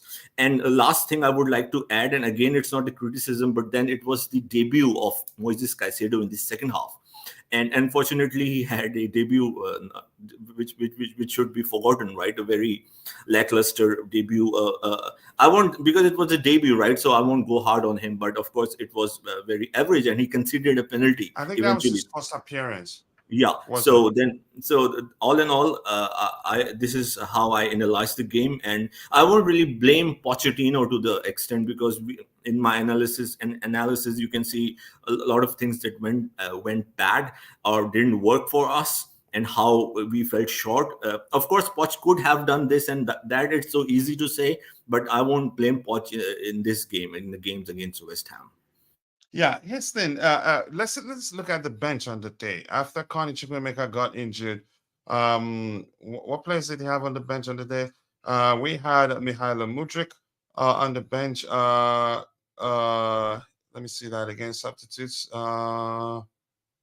Yeah, we had Mihailo Mudryk on the bench. Moises Caicedo on the bench. Noni Modic on the bench. Mason Busto on the bench. So just 4 players on the day, or is something missing here? Wow. So you could say, yeah. The only criticism could be of Modric, but he took a time to develop, integrate him into the team, right? Yeah, but I'm saying, given the structure on the day, I don't know whether Mudryk could have executed the 8 role that Chukwuemeka played on the day. But Mudryk operates differently. I don't think, in terms of technique, they differ quite a lot. So he had nobody on the bench that could have come in, you could say, and you operated the way Connie Chukwuemeka operated, so we can keep the momentum, and so that not too much, you could say, changes at the time. Changed at the time, but that's, by the way, Poch subs messed up that West Ham game. So, but you need to elaborate. You need to tell us why you think that's the case. Kachila, are we going to replay the West Ham game? No, we cannot. We're just revisiting games one by one. The 8 games, we'll go through all of them. We'll always mix it up with news of the day, events of the day, maybe, or emerging rumors or news, and then revisit the games, what we can learn from them. So this one, you can say it's difficult, really, because, yeah, the injuries we had at the time didn't help in so many ways. But let's hear you, Bobby. You were saying something. I'm just intrigued.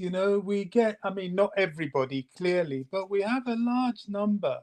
We always have people who have to have somebody to blame. The lynch mob must always have that one person that they got to lynch, whether they know for sure if they're guilty or not. There's always, oh, it's his fault, it's his. Sometimes there are circumstantial situations that arise that don't necessarily have to be anybody's fault.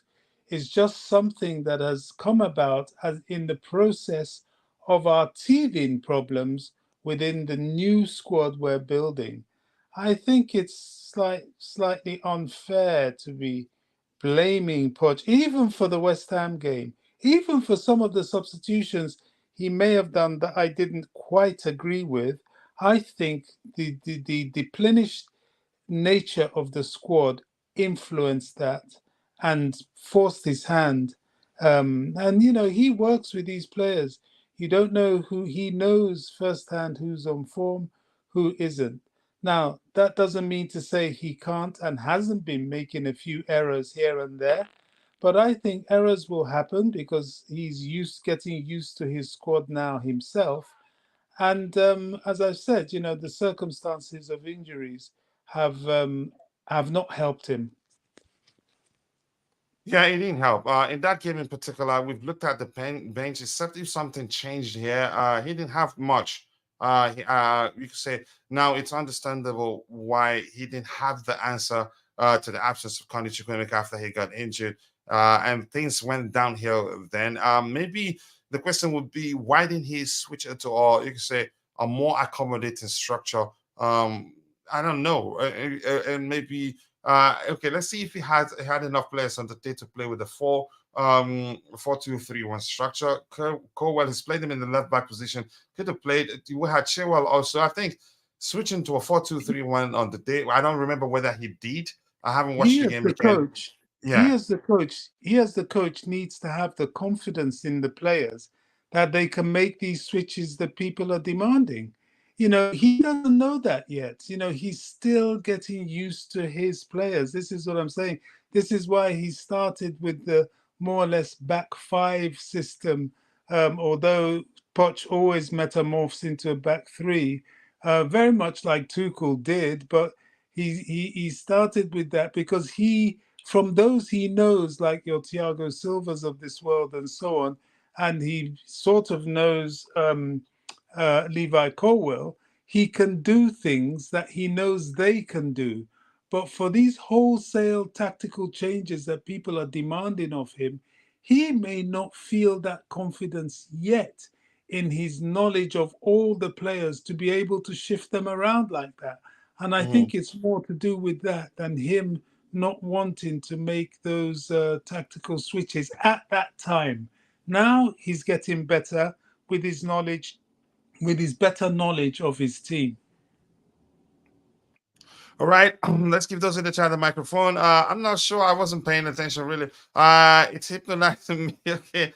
Remember, Poch sub Mudrik on as a 10. Then the sub Palmer on super late, and the Casada sub made no sense because he wasn't fit. That one I can agree. He wasn't fit on the day, and that was why that sloppy mistake from him. We lost the game because Poch lacked a clear plan B. That's an argument. I think I'm leaning towards that argument too. He had no answer to what happened, which means there's no plan B. Once again, Coach, why are we revisiting old game? Yeah, it's an international break. There isn't much to talk about, and revisiting them to learn something from it. And people, you can say, yeah, like it. Otherwise, we can. How can we stay on a single topic throughout the whole show? I recollect Mudrik was brought on in as a 10 initially. That didn't work. So removed Chowell and moved Mudrik. It was all panic spaghettis without clarity, and that didn't help. It couldn't break the boss, and was more like a throwing kitchen sink during the last few minutes. I think that was evident on that day. Indeed, blaming is a heavy word, but we clearly lacked a worked out plan B. I think I'm leaning towards that one. If I'm saying that he had no answer to the absence of Connie Chukwuemeka, simply that's another way of saying he had no plan B.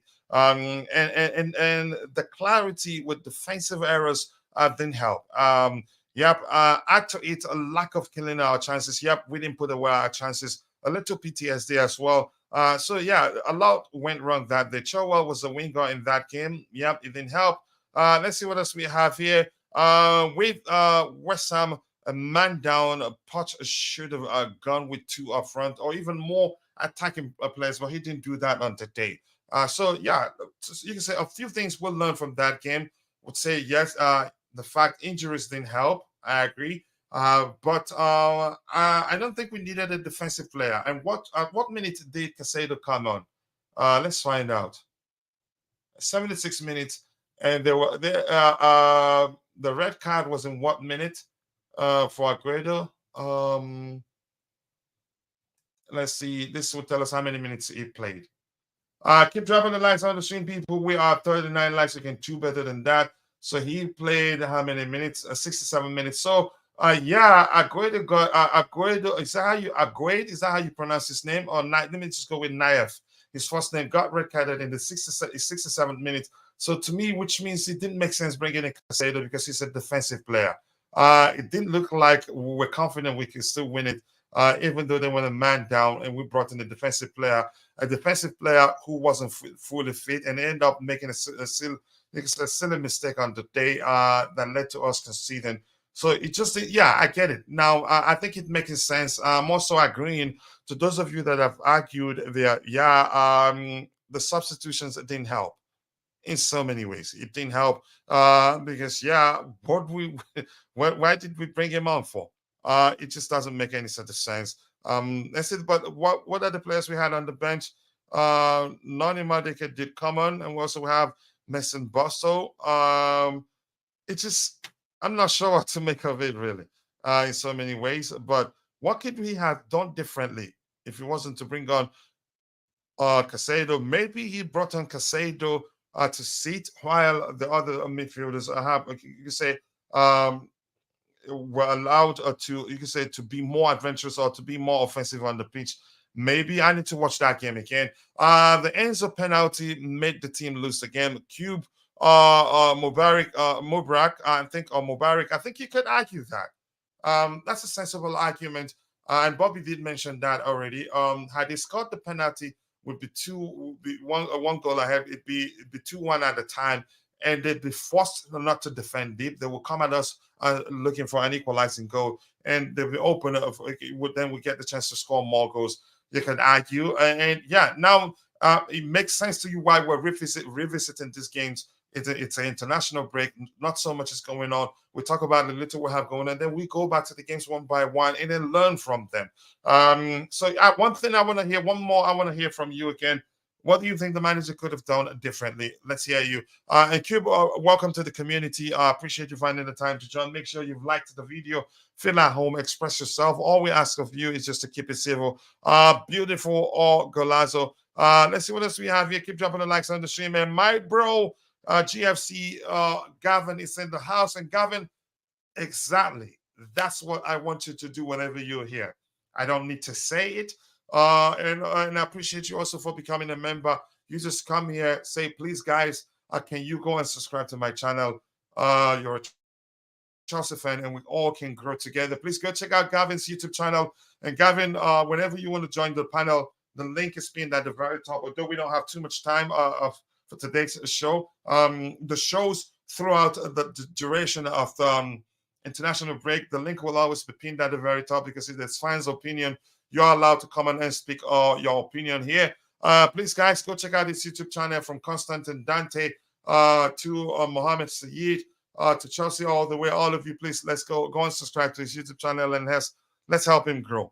A lot did not make sense. That game from Poch, but we move on. Yep, we move on, but we're here to see what we can learn from it.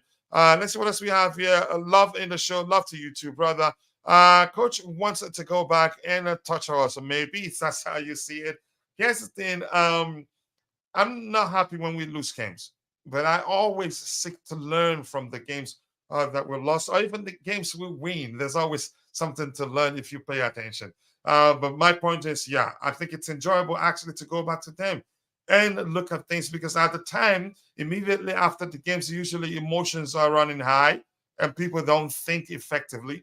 Or still, you can say whatever they say at the time, usually driven by, you can say, by their emotions. You can say heavily, you can say clouded by their emotions at the time, and sometimes don't speak sense. So, but when you look at games, you can say days after that game, you get to learn a lot. You get to speak objectively, well, without being, you can say, your opinions being influenced or driven by your emotions, if you get the point. So keep dropping the likes on the stream, people. The likes do go a long way. A big up to you, Coach, and your panel.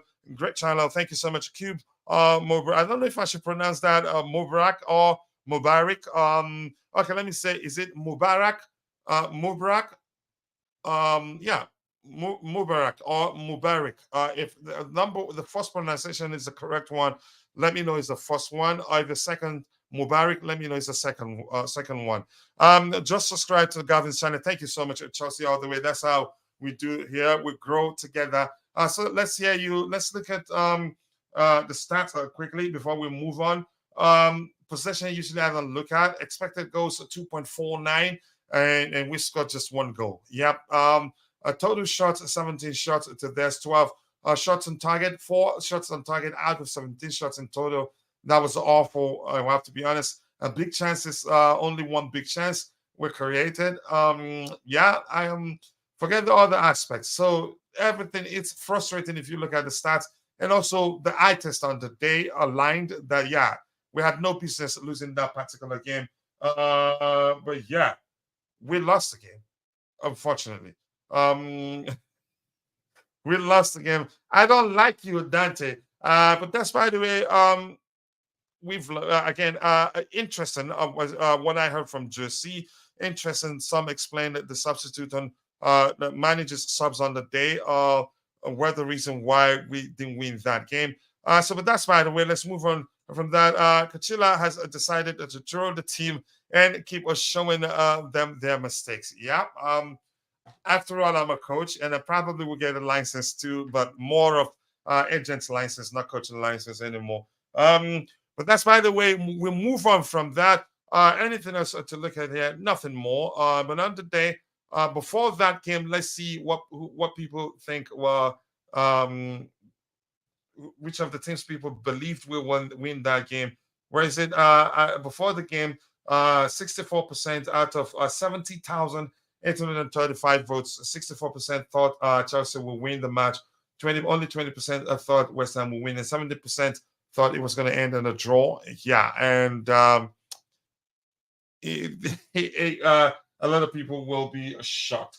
So let's go back now to that, which my bro, the Bluetooth for game, shared with me.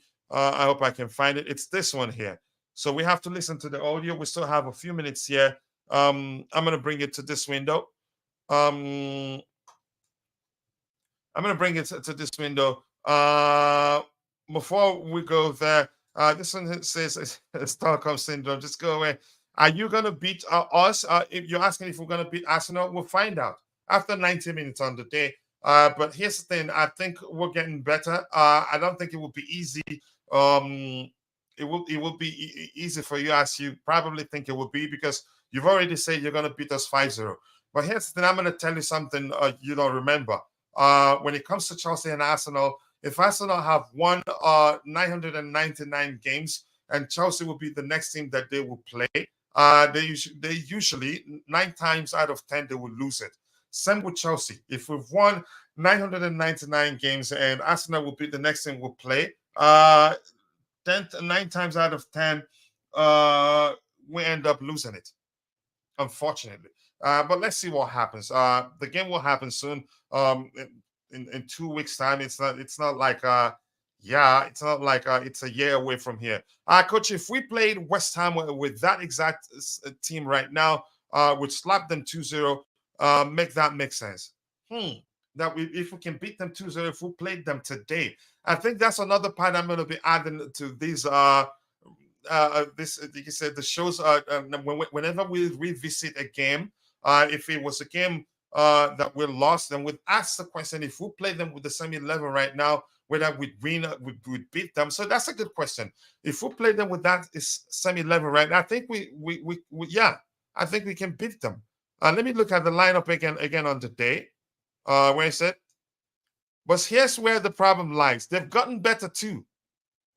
Yeah, they've gotten better also, not just us. West Ham also have gotten better. The lineup on the day, we had Enzo, okay, the same back line practically, except for Ben Chilwell.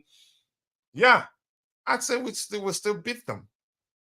In my opinion, I'd say, yeah, we still beat them. We beat them 2-0 because, yeah, we've improved. But here's the thing.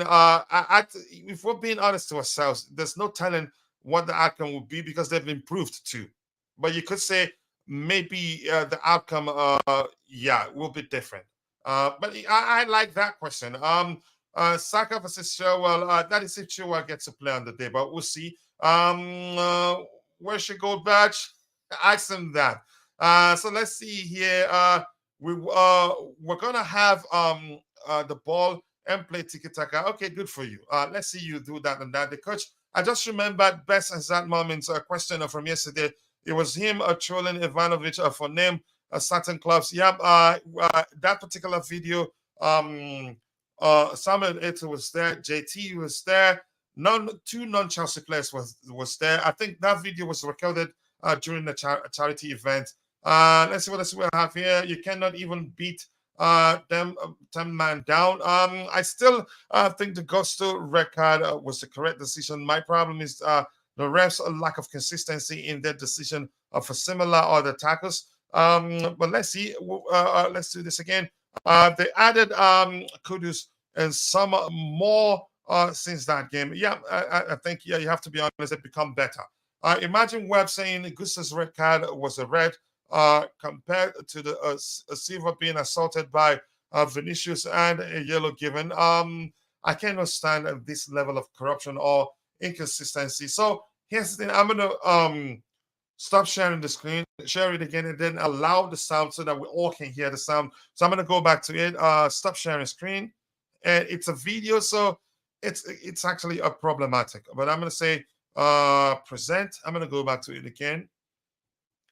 Share screen. Let's see.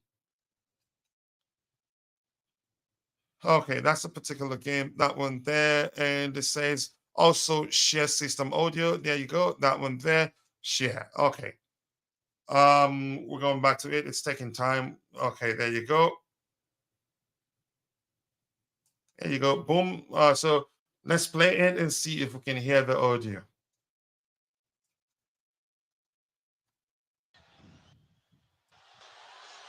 Okay, so I'm seeing point of contact above the ankle.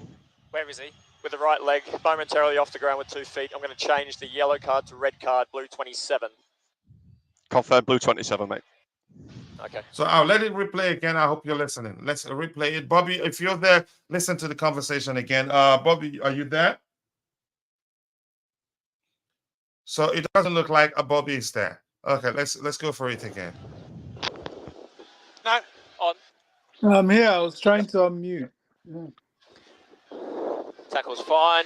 I think it's a foul. It's a foul, mate. A caution for me. Yeah, it's I caution think for me, mate. well. It's caught him at higher. Just let it, mate. I'm going to check the foul. Yellow card, blue 27. Right. Okay. So show me the point of contact. Right. So I'm saying it's coming from distance. He leaves the ground. Show me the point of contact, mate. Show me how far away he is from that ball. Okay. Do you want the doctor, Luke, or are you right? Angle. It's fine. Yeah. Okay. Run that. Okay, no treatment required. Is he He getting catches up? him actually. Yeah, if you look at that angle, yeah. he catches him on the. Still got delay. It's quite low. It's on the side of the ankle. The only issue I've got is a buckling angle. Just go at the other side. Okay. Just wait. From I think this is potential on field review. Yeah, just go before again, mate. Does he know to wait, Jared? Yeah, I'm gonna send over for a potential. What number is he? Just wait, please. Wait. 20 Is the what? screen going to pop up before I get there? Okay. Wait, please. 27, sorry. Dan. Jared, it's Mads. I'm going to recommend an on-field review for a potential red card for serious foul play. Right. Let me know when you get to the screen, mate. Where are we going This then? is My quite side, interesting up right now. there. Screen's up. Quite Yeah, interesting. That's the angle that I want to show him I've first of got all. it. That's the angle that I want to show him, mate, please. Perfect. Go one more frame. One more frame. One more Because frame. it's more of a No buckle. one Yep. here. There. Yep. Maybe one more frame to the left, actually. Because then we see that the foot's... Mate, Yeah. mate. Okay. You happy with that, Nick? Yeah. Okay, mate. I'm at the Okay, screen. mate. I've got a So I still can image see the there. point of contact. Yeah, so that's the point of contact. You can see we'll run it through as well. You can see the ankle buckle as well. Also, it comes from distance, and he temporarily leaves the ground. Yeah, okay. Can you show And me then the another point of angle at angle. full speed? Yeah, of course, I can. Mate. We'll also show you that. Switch to Just show it. this angle here. I'm happy. Yeah, just show that at full speed, mate, please. Yeah. Okay, so I'm seeing point of contact there's a full speed. above the ankle. Where is he? With the right leg, momentarily off the ground with 2 feet. I'm going to change the yellow card to red card, blue 27. Confirm, blue 27, mate.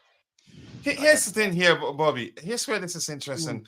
They're the ones, they're trying to show him, they're trying to convince him it was a red. They're not trying to show him, okay, look at this thing, look at it. They are pushing, really pushing him, really trying to get him to say it, to believe it's a red. They're not like saying, like, look at what we have here. Look at what we have here. And force Gusto's eye, let's start from there. Gusto's eyes were on the ball. And he got the ball clearly. If anything, for me, I'd interpret that as the guy. He said because he was the one that was, in my opinion, he was the one that was led to the ball because Gusto got the ball, and because he'd already tried to kick the ball, and then their leg met. To me, I don't think it's a red, in my opinion. I know, but had the ref, I'd be okay with it had the ref seen it by himself and then didn't try to convince him it was a red, then I'd be okay with it because you could say, given that his feet left the carpet, it could have gone either way. But let's hear you, Bobby. Given the conversation, what do you make of it? Yeah, this is the problem I always have. Now, first of all, I have to say, it wasn't the greatest of tackles. Perhaps in hindsight, he could have left out going to ground. You always run that risk when you go to ground early. I agree. Going to ground will always get you into trouble. Yeah, the tackles end up looking worse than it actually is.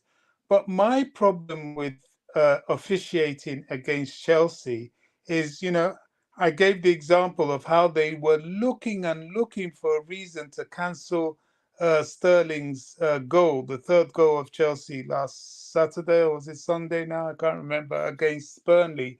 Now, they were looking and looking for reasons they could influence the decision of the referee on a red card, which is what they wanted to give. And they were stilling the pictures, which makes it look worse. Now, I maintain when you go to ground early like that and make a tackle, it ends, if you don't get it 100%, you then put yourself in that situation. But the bias is that had that been, and we have had that in other tackles against Chelsea players in the last game, that VAR just ignored. They didn't even bother to look at it. So had that been any other club, they wouldn't have looked at that reason to send him off that intensely as they did against Chelsea. And that's my concern. The bias against the club and the players and the decisions. You hardly in a season ever. You still there, Bobby? Ever. Yeah, I'm here. Can you hear me? Yeah, crystal clear. You hardly in a season ever get a decision that favors Chelsea. Hardly ever. And if there is, oh my goodness me, every pundit, his wife, his dog Rover, and his 2.5 children will get on the social media, terrestrial television, everywhere, and they'll call it out. Oh, look at this, making sure that it never ever happens again. This is the bias against Chelsea that I have a huge problem with. It is not fair, it's not balanced, it's not objective, and it's got nothing to do with the principles of this beautiful game. All right, then thank you so much. We'll go back to those in the chat. Image web saying Augustus' red card was a red. Compare, I think we've read that one. And this says Vinicius tried something similar against Fulham too, and got away with it. Yep, an elbow, a deliberate elbow, and then a shove followed by a shove, and nothing was done about that. Everyone says yellow. You heard it. Yep. First they say the yellow. Yellow. You heard it. That's not a clear an obvious error. Why did a VAR get involved? So again, you can see it in so many ways. Here's where I have a problem. I get it; it's their job to get the referee to come look at it, but they were trying too hard to convince him it was a red. That's where I have a problem.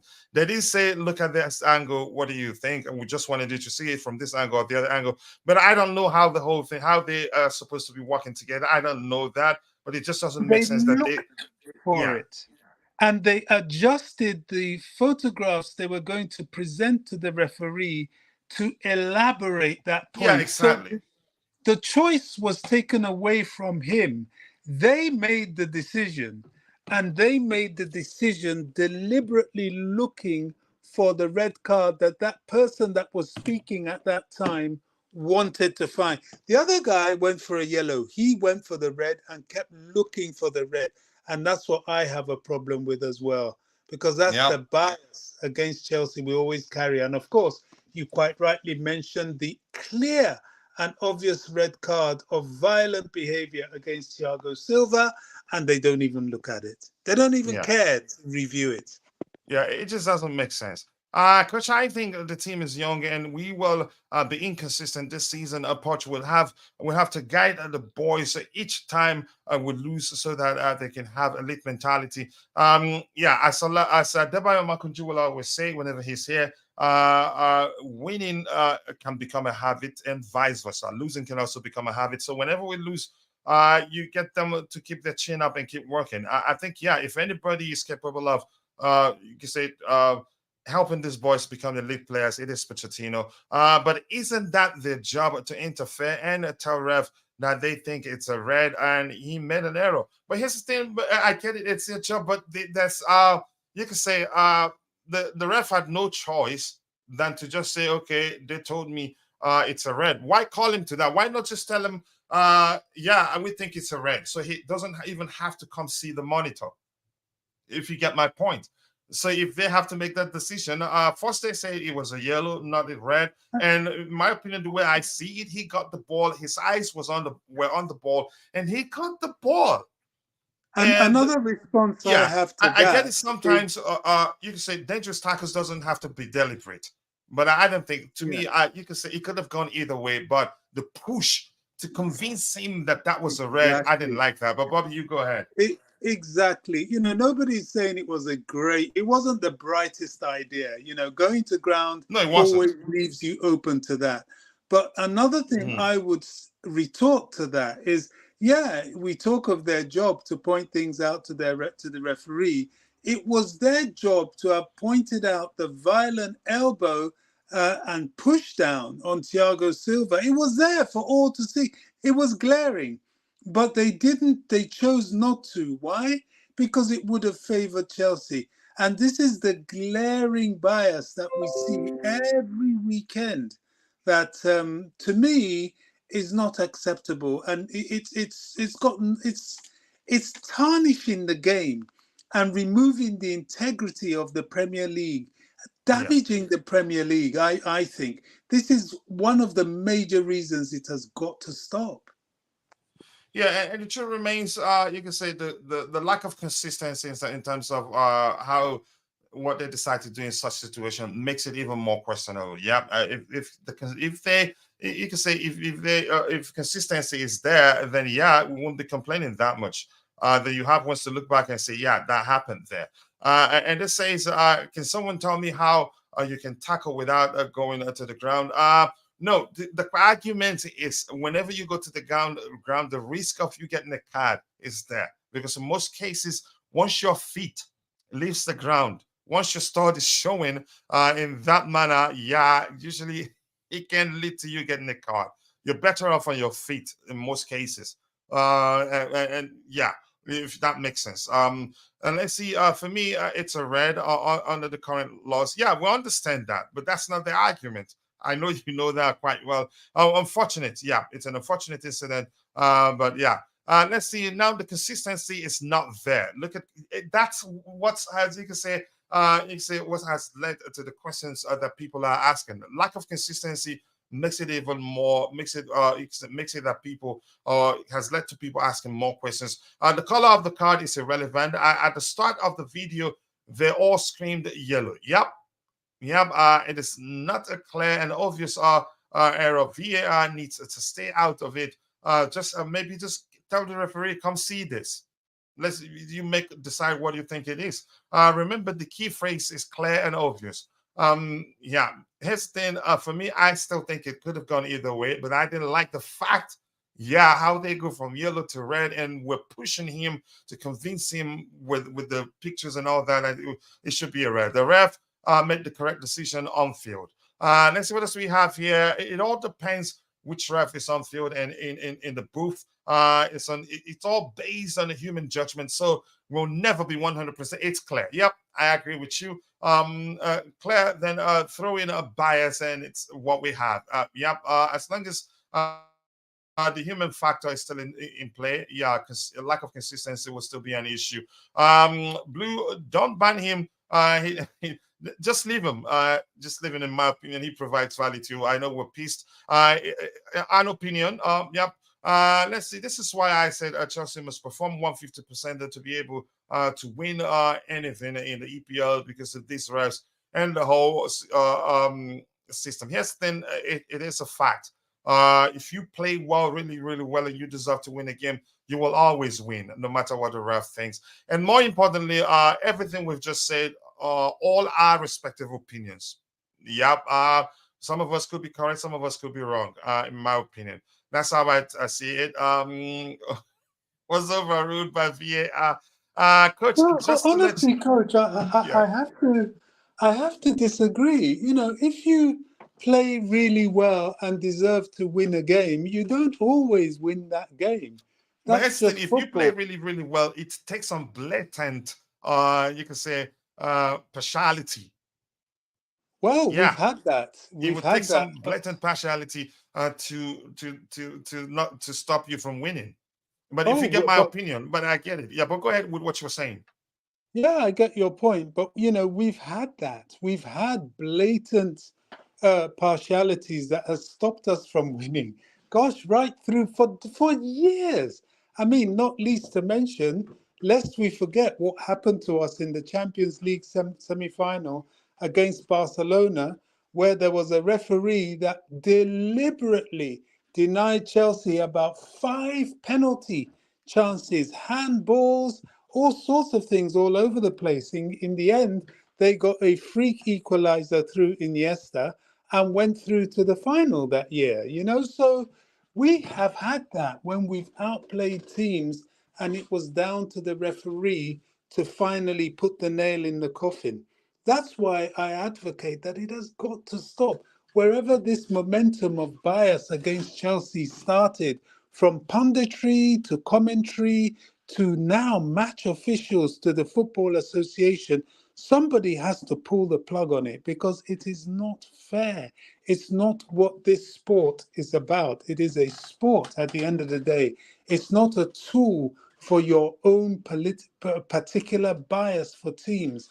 If I'm an ardent Chelsea fan, blue through and through, but if I take a job as a referee and I'm refereeing a game of it, you know, of two Chelsea rivals, it is my duty to eliminate my personal bias. And this is what they're failing in terribly against Chelsea. All right, I'm gonna give those in the chat the microphone, and once I'm more caught up, I think we'll call it a day. Coach, just to let you know, VAR scrutinizes absolutely everything Chelsea do, except of course when a Silva is being smacked over the back of his head, and also the shove that followed that one. Jose called it when he said there's a campaign against Chelsea, but I thought this would stop when Roman left. Roman left Chelsea, but far from it. I think it's just a hatred of Chelsea. You could say driven by our success at the time. Aria says there has been Roman, Coach. It was there sorry? during the It was there before Roman during the Ken Bates era. Yeah. All that time, we suffered this problem. There's more to it that meets the eye.